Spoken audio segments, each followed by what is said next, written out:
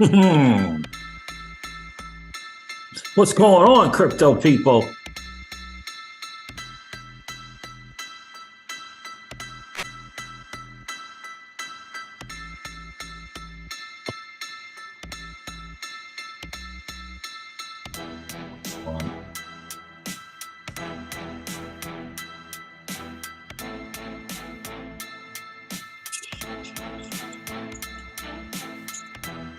Life is good.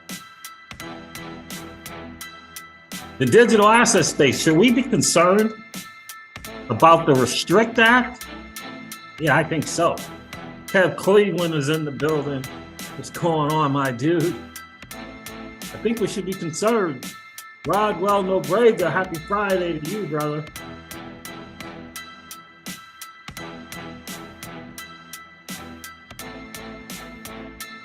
Interesting stuff from the Twitter Spaces that I was listening to this morning. Really interesting stuff from a Twitter Spaces that I was checking out this morning. Holy moly, what is going on right now? Hello, everybody. What's going on? It's the Crypto Siege with another day in the life, in the crazy life that is the digital asset space. Happy Friday to each and every one of you. Should we be concerned about the new Restrict Act that Congress, I guess it says Elizabeth Warren, Mark Warner are introducing a new bill? Very, very concerned. We're going to go over from an article from Coin Center, who is actually in the courts in reference to Tornado Cash and fighting this ruling about putting Tornado Cash on the SDN list. There's some interesting things to say about this new proposed bill from Elizabeth Warner, and I believe Mark Warner, called the Restrict Act. And in it is a bunch of stuff that is really going after the digital asset space. There's Twitter Spaces. We're hearing from some attorneys from a law firm representing the unsecured creditors who are very alarmed by what the government is doing in the Binance case. Interesting stuff. We'll go over that as well. It is good to see each and every one of you this morning. Again, I think it's an interesting time and an exciting time to be early in this space, to be an early adopter in this new asset class that is the digital asset space, for sure. I can't wait to share a little bit from the Twitter Spaces. We'll go over the article from Coin Center as well. Of course, we'll go over the market because, you know, the market is just doing what the market does. We'll go over those numbers. It was something, I thought it was a new project that I wanted to share with you guys. I shared the NFT marketplace with you guys. I did do that. I think that's maybe some crypto Twitter feed stuff that I have for you guys as well. But boy, that was really very, very, very, very telling to hear this in the Twitter Spaces from a law firm being concerned about what the government is doing in law cases, in reference to Chapter 11 bankruptcies. But ultimately, what they're doing is trying to keep people from getting their crypto.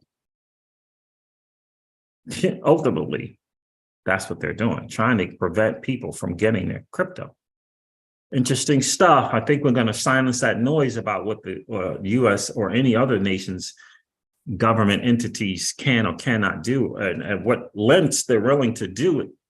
I mean, what do you think this Restrict Act is all about?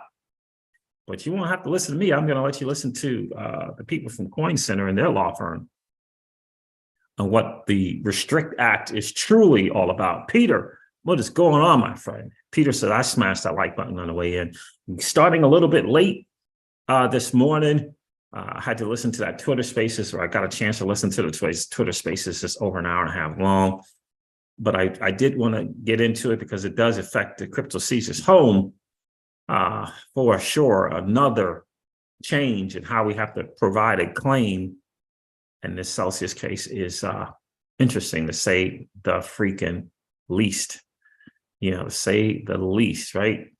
Interesting stuff there. So what else is there that I want to share with you guys? I think that's it. I'm going to go over some stuff, like I said, in the Twitter feed that I have saved for you guys. We'll talk about that as well. We got a HODL strong. We have to continue to resolve through all the madness that Unfortunately for us, living in the US is a reality. It's not a reality in Portugal or Singapore or the UAE, or not even in the UK, but in the US, this is a reality. The war on crypto is a reality for sure. And I think a lot of people's eyes have been kind of opened in terms of what is really going on for sure. Let us not forget Jeremy Hogan's tweet about the Fourth Amendment. We can't forget about that one. Kev, we cannot forget about that tweet from this attorney who said that our Fourth Amendment rights have been breached. Can't forget about that. That's the seizure, search and seizure of one's property.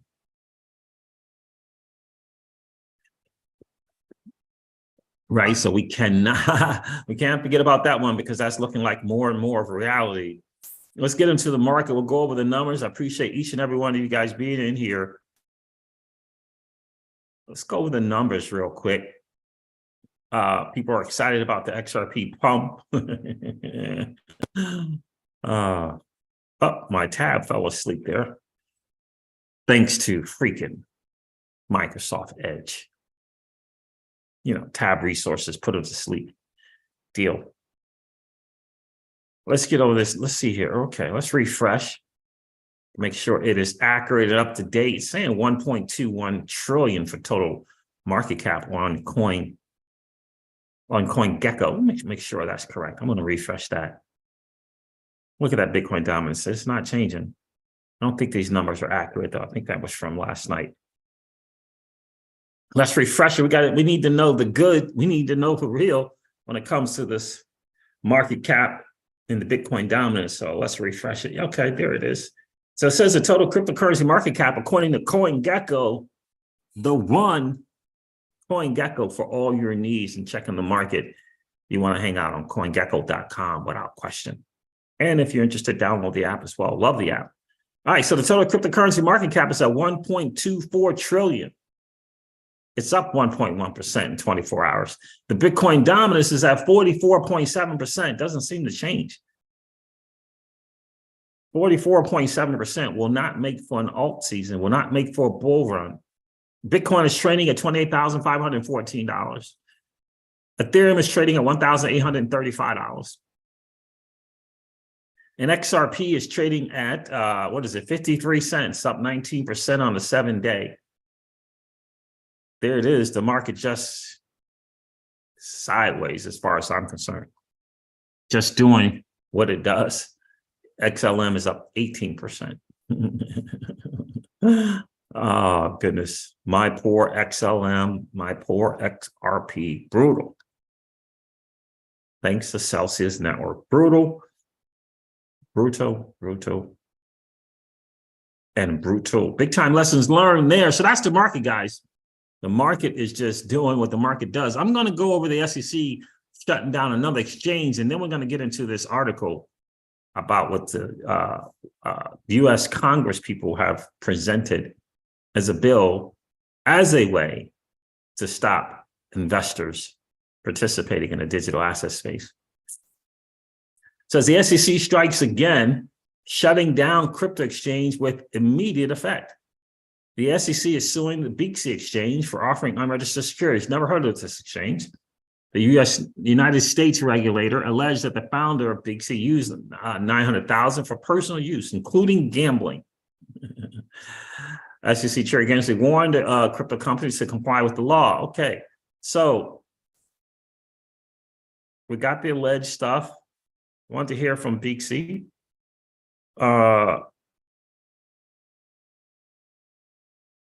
BXC writes in a blog, so the CEO of the company says, we forthrightly committed to cooperation with the Securities and Exchange Commission for over 2 years.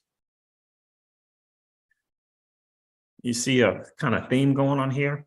Continually providing information, data, and interviews to assist regulators in whatever manner we could for 2 years. Unfortunately, despite our best efforts, it has become clear that the regulatory environment is just too uncertain to continue operations. That's a quote, unquote. Of course, everyone's saying the same things. You know, we give them what they want. We ask them what can we do, and it goes on for years and years and years, and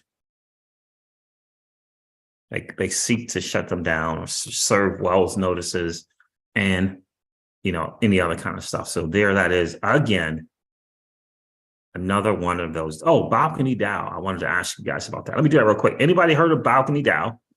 And does anyone know of some reputable people? Oh, reputable.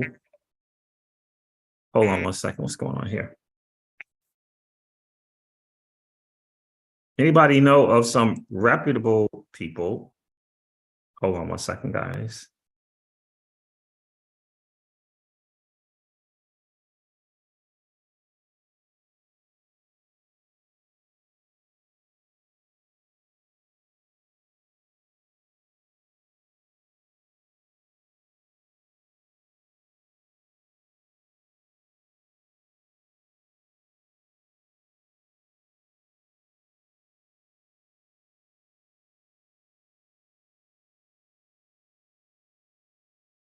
Sorry, guys. Little Miss Crypto C's calling. So anyone heard of balcony DAOs? You know, it's supposed to be real estate on the web, on blockchain. And do you guys know of any, you know, some reputable, maybe it's Proppy, that's doing some real estate on the blockchain and is giving access to everyday average Joes and Janes and or accredited investors? If you know of any, please let us know in the chat. Please let us know in the chat. All right, let me go share this because I want to share this from Coin Center.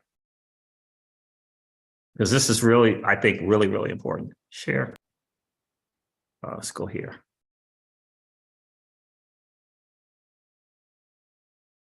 This is from Coin Center. Get your tickets for the 2023 Coin Center annual dinner. Annual dinner? Interesting. The Restrict Act creates blanket authority with few checks to ban just about anything linked to a foreign adversary. An overbroad attempt to ban crypto using these new powers would be open to a court challenge, but the law has worryingly narrow avenues for review. An overbroad attempt to ban crypto.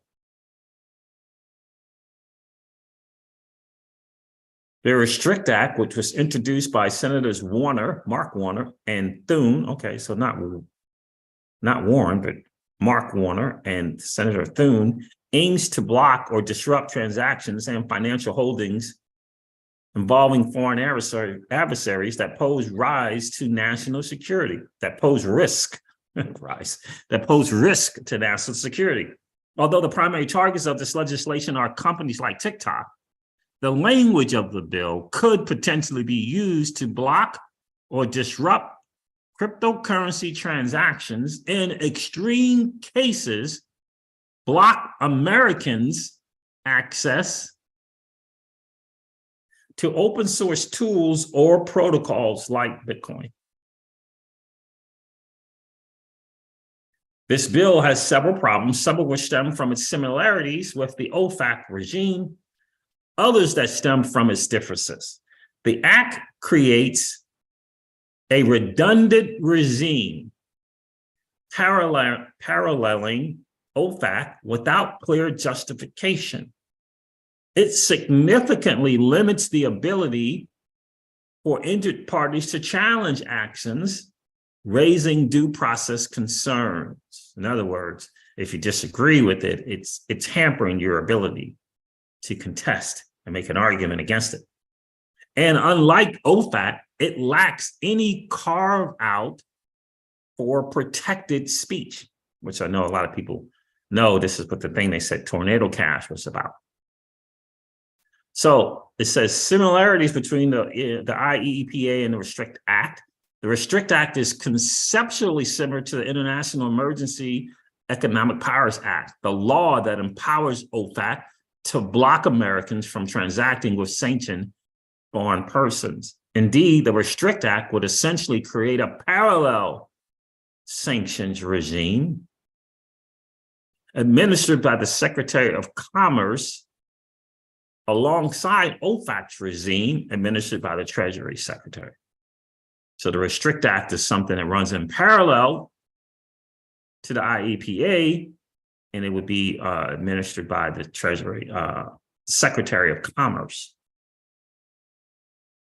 As we said many times before, Coin Center does not object to the uses of OFAC's power under the IEEPA to block transactions with actual foreign adversaries, such as transactions to an Iranian individual holding private keys to a Bitcoin address, or to a custodial mixing service that launders North Korean ransomware payments. However, we are very concerned that an overbroad interpretation of those powers could be exploited in order to ban Americans from using entire classes of technologies, even when no foreign adversary has an actual proprietary interest in the technology as a whole.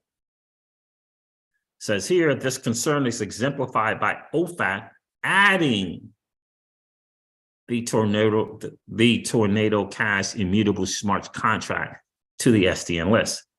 The Restrict Act directs the Secretary of Commerce to ban transactions in which a foreign adversary has an interest, much as the IEEPA directs OFAC. We would not object to that power being used narrowly with regards to any particular Bitcoin transaction involving a specific recipient. We would, however, object to an overbroad interpretation of quote unquote interest, wherein the Secretary attempted to argue that the entire class of all Bitcoin transactions, for example, is a class of transactions in which the United States foreign adversaries have an interest. You see what they're saying here is that they're making this thing so broad that it can leave it up to an individual's interpretation who might not be in favor of the digital asset space to say we're just going to ban all the transactions in crypto. Maybe they start with Bitcoin and they just continue down the line. If such an unreasonable and overbroad interpretation of the Restrict Act was made, we'd be fighting it in court, just like we're now fighting the Tornado Cash designation by OFAC. All things considered, we'd rather not have these broad and abuse-prone powers being wielded somewhat redundantly by either the Commerce Secretary or OFAC. And it's not clear why this additional legislation is needed when the IEEPA already provides the administration with very broad authority to block transactions with foreigners that threaten our interests.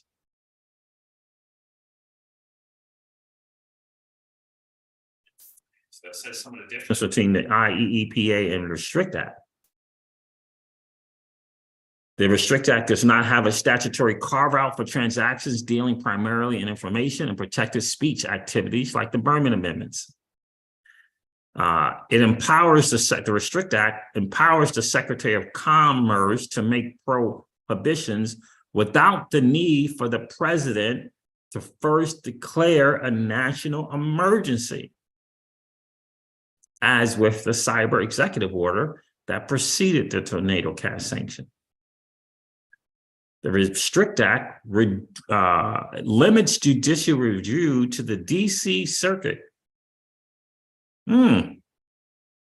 which raises real questions about fairness and access to justice for aggrieved Americans. It exempts agency action pursuant to the Act from review under the most relevant sections of the Administrative Procedure Act. Think about that. Think about this. This is really, really, really, really heavy. Altogether, while the substance of the law is little different from the IEPA, the process for challenging abuses of power is worryingly circumcised or circumscribed. If the Restrict Act was passed into law, and according to Darren Moore, there are very, very, very, very few people in Congress opposing this particular bill. Altogether, while the substance of this law is a little different from the IEPA, the process for challenging abuses of power is worryingly circumscribed. If the Restrict Act was passed into law and misinterpreted to ban an entire open source cryptocurrency protocol, Americans would have trouble bringing a challenge.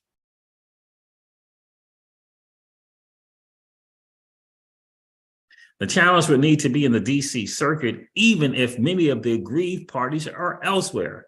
It would need to make constitutional rather than statutory arguments about protected speech activities. The challenge may not be able to make the administrative procedure arguments that we are making in our Tornado Cash case.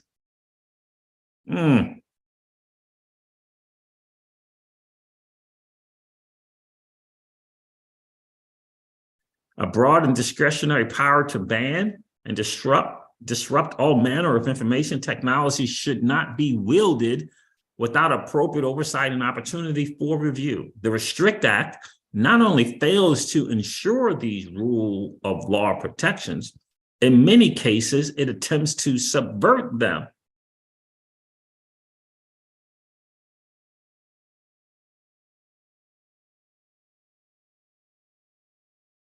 In contrast, it says here, the Restrict Act has no such statutory limitation. Indeed, it is deliberately targeted at restraining transactions related to information and information technologies. This targeting may mean that the act is spatially unconstitutional, and it should become, and should it become law, we expect it to be challenged as such. Conclusion, while the primary purpose of the act is to address national security, its potential implications for the cryptocurrency space cannot be ignored. The difference between the Restrict and IEPA, coupled with the potential constitutional issues, warrant close scrutiny and a cautious approach to ensure that the legislation does not result in unintended consequences for the cryptocurrency ecosystem and Americans' access to innovative technology. Coin Center will work to educate policymakers about the pitfalls of this bill as currently drafted, and if it becomes law, it will consider a court challenge if it is ever used to sanction open source crypto technology. This is another prime example of when they make a decision to do something, they can do it.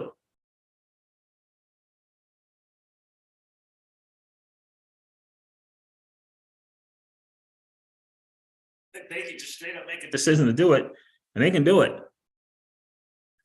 And again, I always tell people that they can do a nation's entities in their three letters or alphabet groups can do whatever it is that they want to do, and they can take whatever it is that they want to take. And if it's not constitution, if it's not legal, they'll make an amendment to the Constitution and they'll change the laws.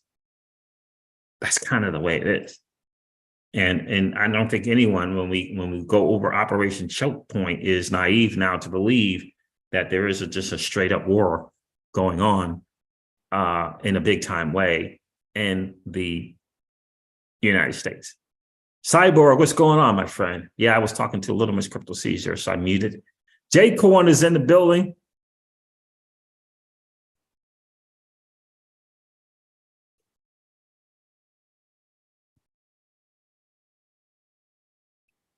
That's very, very alarming stuff. And I'm glad that Coin Center caught it and really got into the depths of it. I've heard about this particular fine that they're talking about. What is it? A minimum of 250,000? No, a minimum of 20 years? A minimum of 20 years? If you use a VPN, and I think I tweeted out, can't they just kind of make it more and more broad? I did this like 3 or 4 days ago. They can start with TikTok, but you're saying an app. What's an app? I mean, what's an app, right? They can extend that to any kind of thing.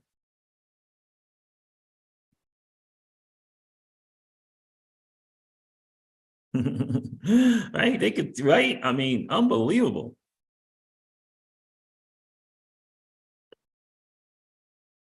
That's what it's kind of looking like there, guys. Just kind of give you a heads up of what's kind of going on. I'm going to play a little something from this Twitter Spaces again about a law firm with some concerns. But let me share some more positive news first. Ripple partner MFS Africa to facilitate outward remittance to 130 financial institutions. That's pretty good. MSS Africa partners to enable outward remittances. Now, did I see something? I don't know, but are we going to get anything? Are we going to get anything?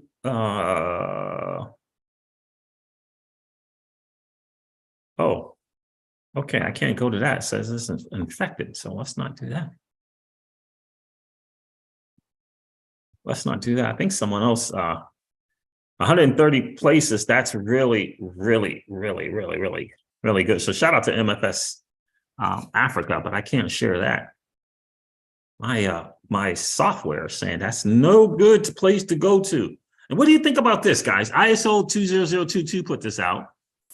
It's a Twitter handle, okay, at Rohit bunch of numbers, right? Bank of China, March 31st, April 1st, 2023, nationwide system maintenance. What do you make of it? Service announcement for scheduled nationwide system maintenance. You got the guy from Kenya or Nigeria, I believe, Kenya or Nigeria, talking about what's about to happen in the coming days. It's very, very interesting to see. Cryptic Poet put this tweet out. If the United States banned crypto, would you move out of the country? What do you think about that poll there? It says 49% said yes.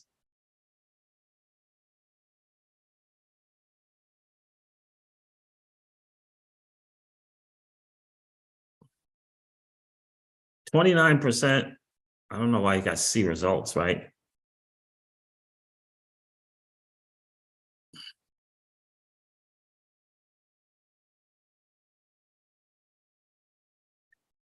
That's interesting. 49% said they would, huh? We'll see. So Juan Chain made some announcement. It's interesting, but I think it was always this way as well. I know someone on the channel asked me the other day about XRP and providing liquidity and earning some XRP on your XRP. And I mentioned OneChain.finance. They put an article out about the bridge and how well the bridge is doing with XRPL, and it's saying that you can bridge other XRPL projects, not just XRP, which is very, very interesting. So it's OneChain.finance. I've been a big fan. I've used decentralized finance for providing liquidity, borrowing against my assets. I use centralized CeFi finance, and I had all my losses took place in the centralized spaces and zero losses, like in zero. Now, I get it that in DeFi, I may have got lucky in not being part of a rug pull or not being part of a contract error or bug in the smart contracts. I get it. I was fortunate, but the reality is I participated in 10 to 15 DeFis, one CeFi, one, lost assets in the one CeFi and no losses in DeFi. And when I say losses, I mean a rug pull or smart contract bug or something like that. I mean, it just kind of is what it is, right? So Watch the Guru put this out. I think it's interesting. Brazil, Russia, India, China, and South Africa are developing a new currency. State Duma Deputy Chairman says. Interesting. By the way, the BRICS nations' GDP is exceeded the G7 nations' GDP. And I know I put that out the other day. I think it's 37% to the G7 is now 30%.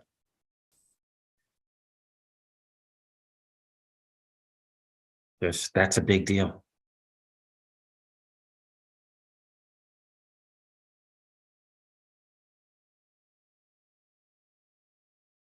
That is a really, really, really, really, really big deal. Okay, I wonder if a Ripple partner emphasizes, okay, let me see if the crypto basic is going to come up as an alarm on my software. Probably won't. I want to read about this Ripple partner MFS because, remittances in the places eventually that are in the Ripple net can become on to the ODL. 130 financial institutions. Ripple partner MFS Africa collaborates with Access Bank for outward remittances from Kenya and Nigeria. Well, that's cool.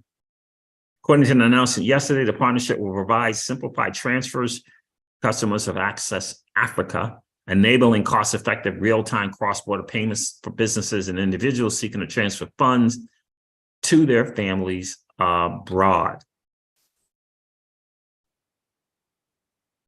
Our partnership with MFS Africa and access to hundreds of millions of people in the new markets will help our customers pay and be paid, facilitating greater economic inclusion through trade, as well as helping families across borders.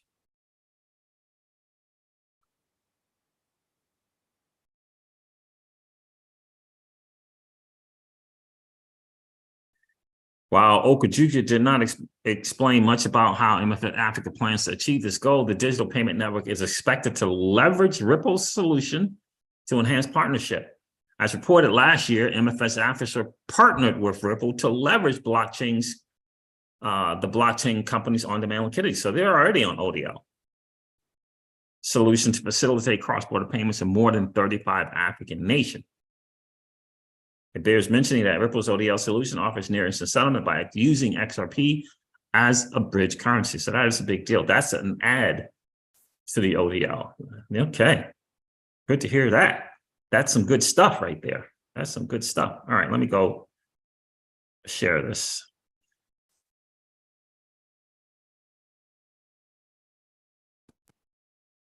There's Twitter Spaces. It's just a guy asking a question. And it's from a law firm that's representing the unsecured creditors, right? So let me back up the question a second. Just take a listen to what he says here. Let's see. Ask the question. Great. Royce, why don't you ask your question? Hi, thank you for giving the opportunity. I'm from US. I have funds in a transfer custody. My question is, so I would like to vote for this plan 72.5. So while doing that, I found the Celsius has my old address, including. Yes, I would think that's the perfect place. Okay, and a follow-up question, the same question actually. The follow-up is basically previously I was in New Jersey. Okay. Understood. Last thing, there's tons. Want you guys operating off of bad information. So we'll trying to find a question. Hold on a second. You can take a look at these and change your mind about treating these certain creditors unfairly. Thank you. Ask the question. Great. Royce, why don't you ask your question? Hi, thank you for giving the opportunity. I'm from US. I have funds in a transfer custody. My question is, claim at the LLC. There is a bankruptcy form that we can include on our website, which allows folks to change their addresses. And we'll post that to the committee website so that everybody can see that. I don't know with respect to the specific election form, if you can. I think that if you email Stretto or contact Stretto, they'll be able to change your address to make sure that the distribution that you're getting goes to the right place. Yeah, but I have an option to change it. That's my question. So can I change it? There is my name and below that there is an address. We can actually edit the address. So can I do that? Yes, I would think that's the perfect place. Okay, and a follow-up question, the same question actually, for follow-up is basically previously I was in New Jersey. Okay, now I'm in North Carolina. This is not what I want. Carolina, they don't allow the custody, right? But when I open a Celsius app, so I mean, when I transfer my funds to the Celsius, I was in New Jersey. Now I'm in North Carolina. Would that be any impact if I change the state?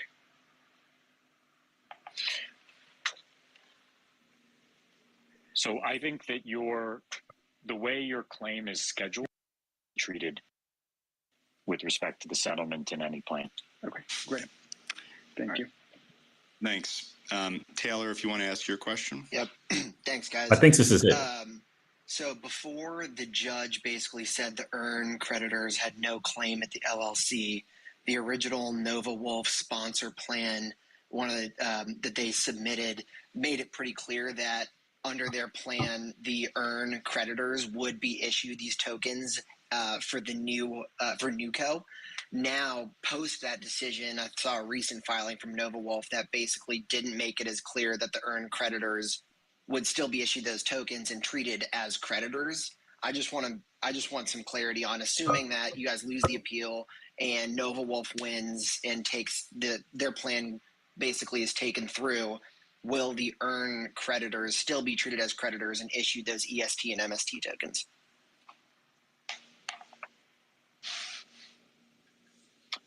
Do you want to take that one, Greg, or you want me to? Why don't you take that, Aaron? So the answer is yes. The way the plan is drafted and the plan that will be put forward tomorrow, earn creditors will receive ESTs and MSTs and all ESTs and MSTs. And the preferred equity is not receiving any recovery under that plan. And the reason why, even if we lose the appeal and the judge's ruling is upheld, is because the plan recognizes either a substantive consolidation or the intercompany claim. So as I said before, we think there are multiple pathways to the answer that earn creditors and Celsius account holders in general receive all of the value of Celsius, and the plan recognizes two of those ways, which is the intercompany claim or the substantive consolidation of LLC.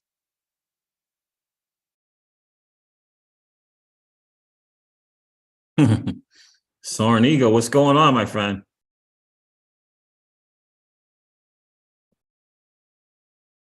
Richard Mill, what's going on, my friend? C and CNL. Great, thanks.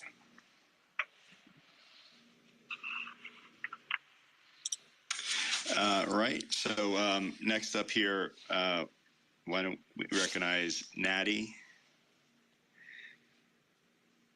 And then Crypto Caper, KPR. That's not it. What's going on? Okay. Crypto Caper, why don't you introduce yourself and ask your question?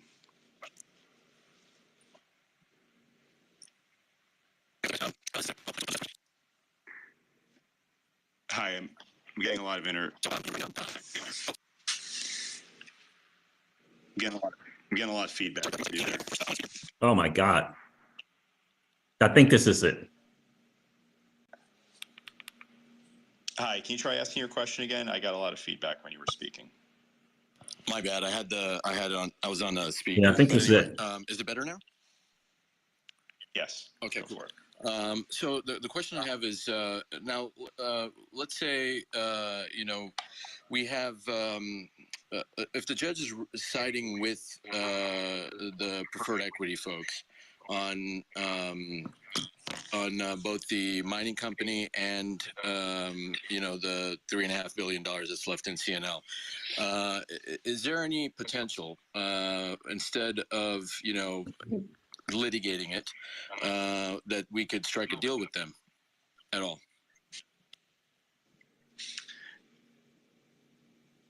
Yeah. Thanks for the question. So that is certainly a possibility. Everyone can always settle things in bankruptcy. Standing here today, though, I can represent there's been no settlement discussions of any kind, and the committee's various professionals are getting ready to make sure that EARN and loans and the other creditors get a full recovery before the preferred equity gets any recovery in this bankruptcy case. So I appreciate your question. Natty, why don't you ask your question? Yes, hello, thank you. I want two questions on the intercompany loans and on the competitive bids. You said you are in relation with bidders. What is the process so creditor will be aware of those bidders? Will be public? Yes, hello, thank you. I want two questions. A right to know what the alternative was, but if the alternative wasn't really kind of fully baked and formed, that will not.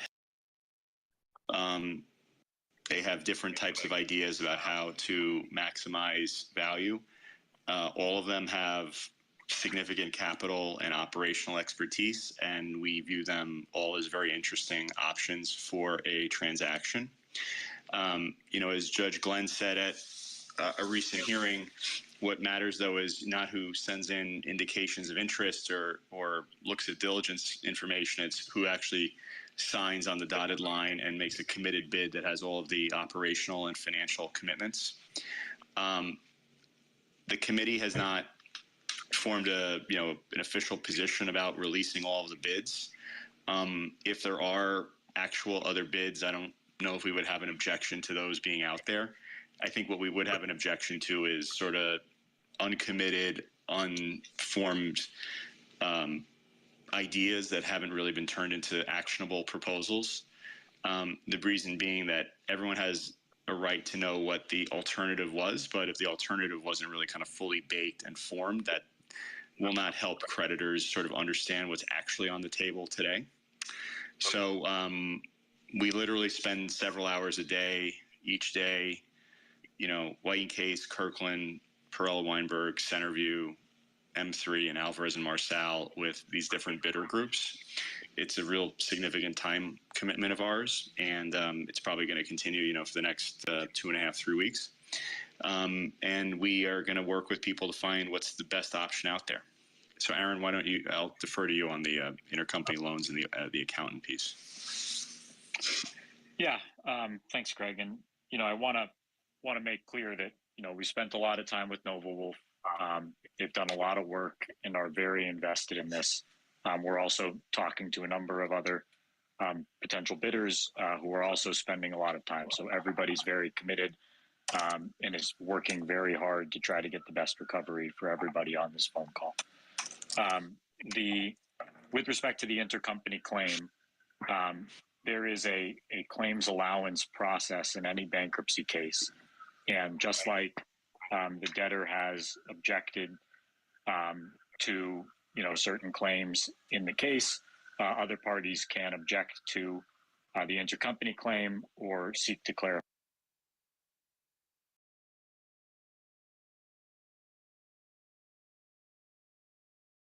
it.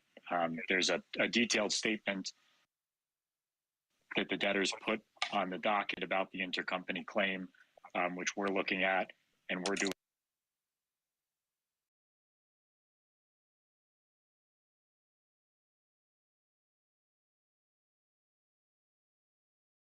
diligence into it to make sure we have the full picture there. And I would anticipate that would be, that will be brought before the court or, addressed in some way in the plan. So I think the answer is it's not just going to be one person saying it's right. Lots of people are looking at it because of how important it is. So with that, I'm going to recognize two other people here. Dexter the Duck, recognize you, and then Sir Harry King. So Dexter, why don't you introduce yourself and ask your question? Thank you. Can you hear me okay? Yes, thank you. With the judge in the Voyager case basically Finally ruling against the SEC as far as the security tokens go, has the court in our case regarding Celsius taken that into account, and do we plan to attack, because we all know it's coming, plan on defending this merger with Nova Wolf in the same way that the Binance and Voyager acquisition is going? Sure. It's a really great question. I can't really speak to what Judge Glenn does or doesn't read, but I would imagine that he's considering the Voyager situation very carefully. And I'll tell you, the committee professionals and the debtor professionals are thinking about it extremely carefully. We are extremely upset to see the lengths that the government is taking to obstruct that plan. Whether you like Binance or not, you know, they ran a months-long process. That was the last bid there. And, you know, 99% of the creditors voted for it. And the government is basically trying to hold up the distribution of it in a way that not only prevents Binance, but would prevent many other transactions from happening. We're studying that situation.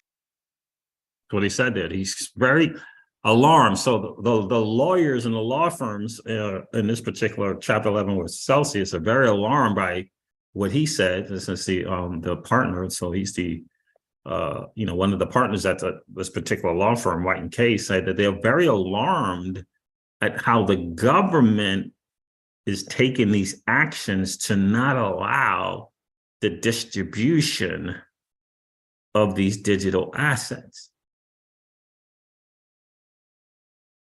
Very alarmed by that.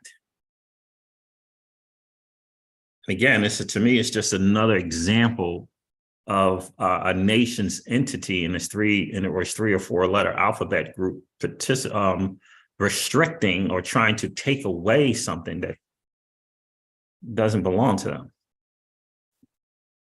So that we can make sure we get ahead of it and try to put out the best possible record for us. And, you know, the other added difference here is that we will probably, well, not probably, there's a good chance, I would guess, that that Voyager decision will be resolved by the appellate court prior to our confirmation hearing. So that'll be one more data point. While we're disappointed at what's happening, you know, from afar to see that, we are talking to the regulators very regularly. We spoke with, you know, the state regulators and the SEC immediately after the hearing on the bid protections, and we're going to keep speaking to them to kind of educate them about why we think Nova Wolf is able to. Okay, so I just wanted to kind of point that out. Just like it's alarming stuff. We're constantly getting stuff, and I guess my whole point to this is we're constantly getting stuff from attorneys and law firms addressing and expressing their concerns about a nation's government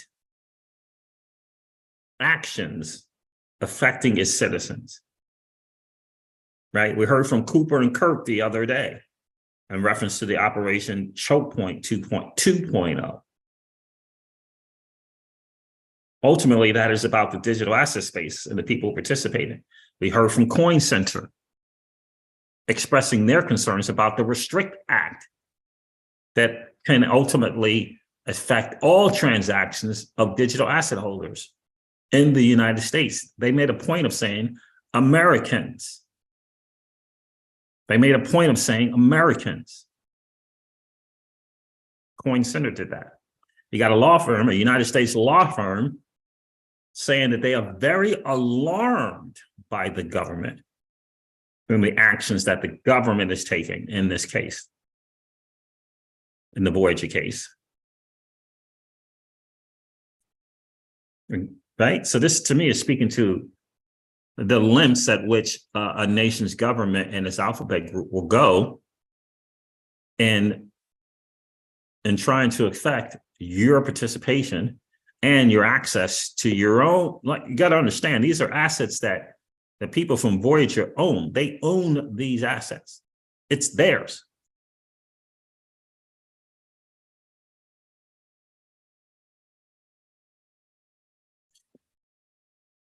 Stairs, very alarming, very, very, very alarming. But I wanted to point it out.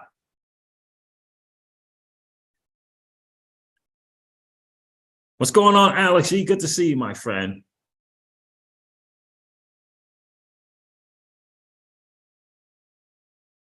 Good to see you, bro. Appreciate you checking in. So I just wanted to point that out, guys.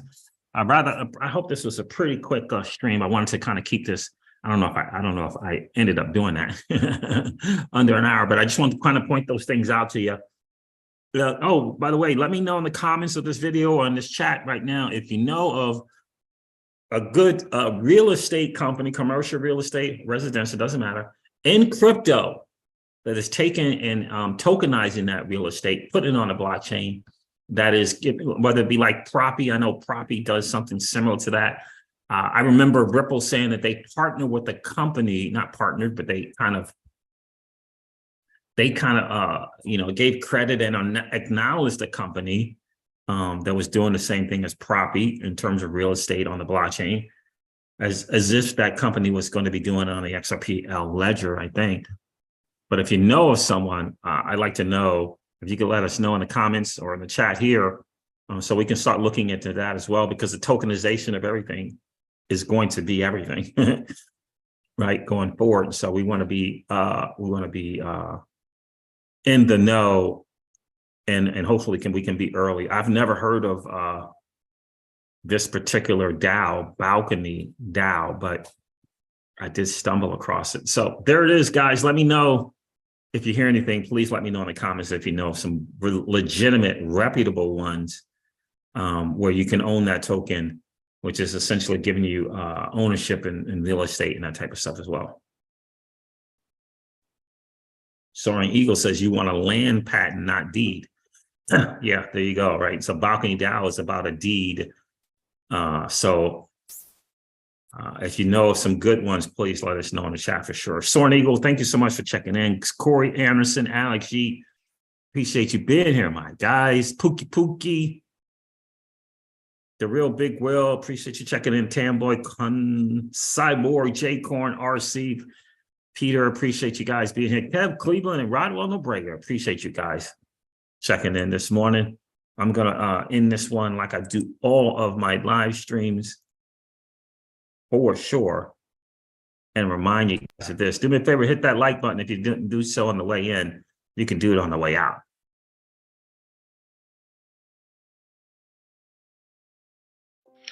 Old money doesn't want you to win. They don't want us to win. They would rather that we remain a cog in their perpetual wheel of trading our time for dollars. They don't want us to play in the same playground that they play in, where we allow our money to work for us. This is our chance to win, guys. The digital asset space is our chance to win.